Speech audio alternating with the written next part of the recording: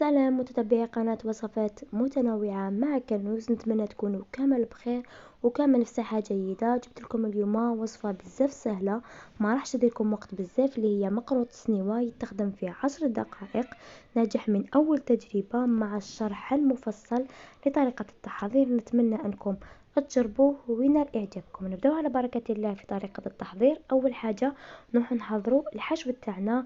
راح نحتاج فيه 600 غرام من عجينة التمر اللي هو الغرس، كذلك ملعقة كبيرة من السمسم يكون محمص، ملعقة كبيرة من ماء الزهر، القليل من بودرة حبة الحلاوة، وملعقة صغيرة من الزيت النباتي. نخلط جيدا المكونات مع بعض حتى تندمج. بعد ذلك نغطي الحشو بغلاف بلاستيكي ونخلوه يرتاح حوالي 5 دقائق 10 دقائق. من جهة أخرى نروح نحضروا العجينة تاعنا. في العجينة لهنا راح نحتاج سميد الحجم تاعو يكون متوسط. راح نحتاج 2 كيلات يكونوا معمرين. الكيلة الثالثة راح تكون كيلة إلا إصبع. الإصبع المتبقي نروح نكملوه فرينة كما راكم تلاحظوا معنا. نعمروا الصحن تاعنا جيدا. لهنا الكيلة لكم الاختيار، تقدروا تكيلو بالكاس، تقدروا تكيلو بالصحن نتوما وعلى حساب الكمية اللي راكم حابينها. كذلك راح نحتاج كيلة إلا إصبع سمن يكون ذايب. الإصبع المتبقي راح نكملوه زيت نباتي. أنا لهنا نسيت الزيت ضفته في الأخير، لكن نتوما حذاري أنكم تنساوه. خلطوه مع السمن وضيفوه في البداية. راح نحتاج نصف ملعقة صغيرة من الخميرة الكيميائية، وملعقة صغيرة من لافاني، والقليل من الملح. نكب لهنا السمن تاعنا ونخلط جيدا. ما تنسوش السمن زائد الزيت النباتي. نخلط جيدا، ندخلو كامل هذاك السمن في السميد. بعد ذلك نروحو نلمو العجينة تاعنا بالماء الزهر. لهنا كاين اللي يحب يلم بالماء زهر زائد الماء. انا لهنا ضفت لميت غير بالماء الزهر، لانه المقروط تاعنا راح يجينا منكه وريحة الماء زهر فيه تجي رائعة. نتمنى انكم تلموه كما انا بماء الزهر. وكذلك العجينة تاعنا لهنا ما ندلكوهاش، تتلم باطراف الاصابع. كمية الماء الزهر اللي ضفناها لهنا غير بشوية ضيفوه حتى العجينة تاعكم اللي تحصلوا عليها في الاخير تكون طرية ما تكونش يابسة. كما راكم تلاحظوا معنا لهنا الزيت اللي نسيته ضفته في الاخير ودخلته جيدا في السميد تاعنا ولميت غير بشوية. بعد ذلك نخلو العجينة تاعنا ترتاح حوالي 20 دقيقة. بعد ذلك نروح نقسموها إلى قسمين متساويين.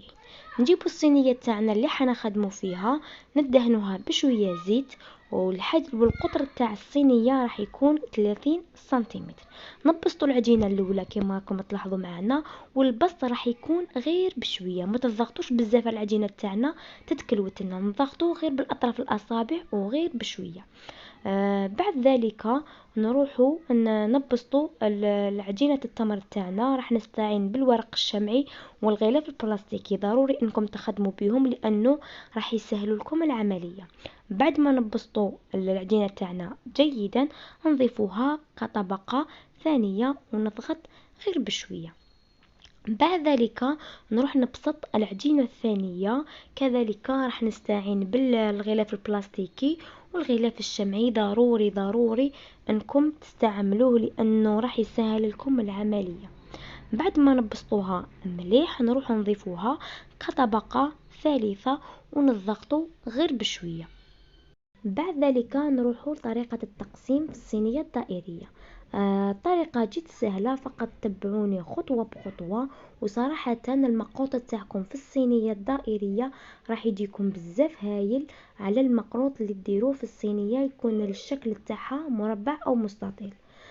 كملاحظة أنا لهنا الحشو استعملت عجينة التمر، نتوما تقدروا تستعملوا الكاوكاو أو اللوز.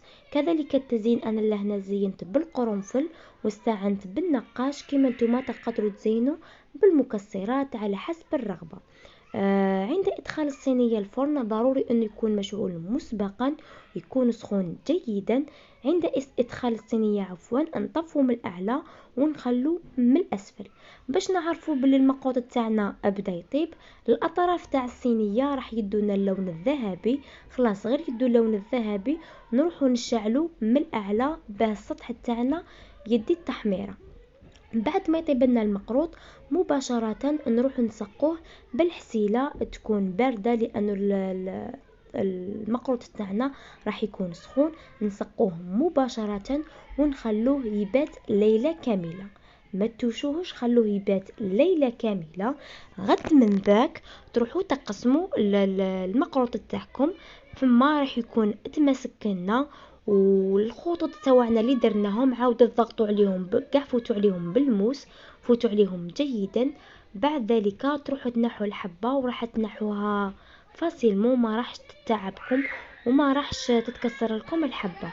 نتمنى انكم تجربوا الوصفة تاع نهار اليوم، وما تنسوش تدعموني في القناة وتفعلوا الجرس بيلحقكم كامل جديد. الى وصفة اخرى بحول الله، نخليكم تشوفوا التكملة تاع الفيديو. دمتم في رعاية الله وحفظه. السلام عليكم.